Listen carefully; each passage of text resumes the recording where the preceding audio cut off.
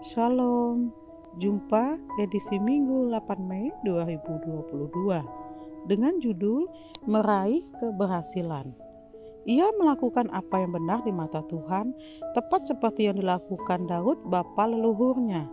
Pada tahun pertama pemerintahannya, dalam bulan yang pertama, ia membuka pintu-pintu rumah Tuhan dan memperbaikinya. 2 Tawarikh pasal 29 ayat 2 dan 3. Bacaan harian dalam 2 Tawarikh pasal 28 sampai 30. Ada beberapa tokoh di Alkitab yang mengalami terobosan yang luar biasa, membuat sejarah baru dan perubahan yang baik bagi bangsanya.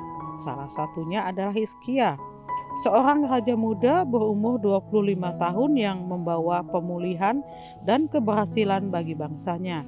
Di tengah-tengah kemerosotan moral dan kemiskinan, Hizkia berhasil membawa bangsa Yehuda untuk bangkit pulih secara rohani dan menjadi makmur.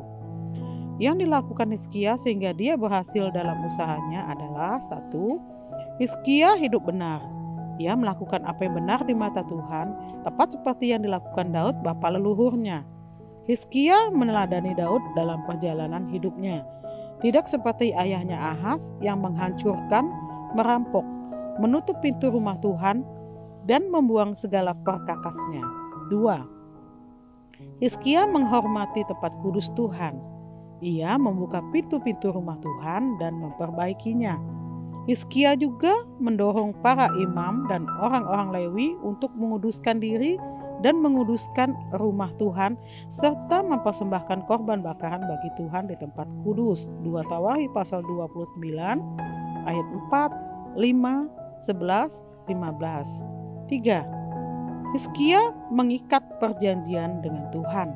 Sekarang aku bermaksud mengikat perjanjian dengan Tuhan Allah Israel, supaya murkanya yang menyala-nyala itu undur daripada kita. 2 Tawarikh pasal 29 ayat 10. 4. Hizkia memulihkan pola ibadah pondok Daud. 2 Tawarikh pasal 29 ayat 25 dan 27 menjelaskan setelah korban bakaran dipersembahkan, Raja Hizkia dan para pemimpin memerintahkan orang-orang Lewi menyanyikan puji-pujian diiringi musik untuk Tuhan dengan kata-kata Daud dan Asaf melihat itu. Bukti bahwa Hizkia menempatkan Tuhan sebagai yang utama adalah tindakan tegasnya. Ia memerintahkan orang-orang Lewi untuk mentahirkan firman Tuhan dan memerintahkan seluruh bangsanya untuk menghormati rumah Tuhan.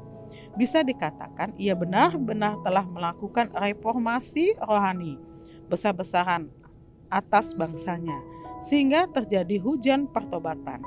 Tuhan menyertai dia. Kemanapun juga ia pergi berperang, ia beruntung.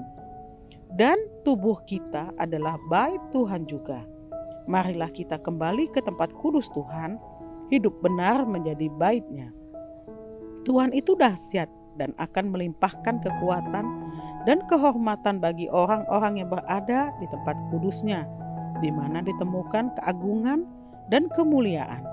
Biarlah kita belajar dari Hizkia yang mengutamakan perbaikan rumah Tuhan dan pemulihan ibadah, sehingga Tuhan memberikan terobosan dan membuat segala sesuatu yang dilakukannya berhasil. Refleksi, sudahkah kita seperti Raja Hizkia yang memprioritaskan Tuhan sebagai yang utama dengan mengutamakan perbaikan rumah Tuhan secara fisik, pemulihan ibadah, dan juga seperti dalam 1 Korintus pasal 3 ayat 16 dan 17, supaya menjaga tubuh kita sebagai bait-Nya, supaya hidup kudus berkenan di hadapan-Nya. Power statement, dengan Tuhan yang bertanggung jawab, saya percaya semuanya akan berhasil pada akhirnya. Mari kita berdoa. Bapa dalam Tuhan Yesus, kami mau belajar seperti Hizkia yang dalam kehidupannya selalu memprioritaskan Engkau, memperbaiki bait-Mu dan menjalankan ibadah sesuai dengan kehendak-Mu. Kami percaya Engkau sudah sediakan keberhasilan dan kemenangan dalam nama Tuhan Yesus. Amin.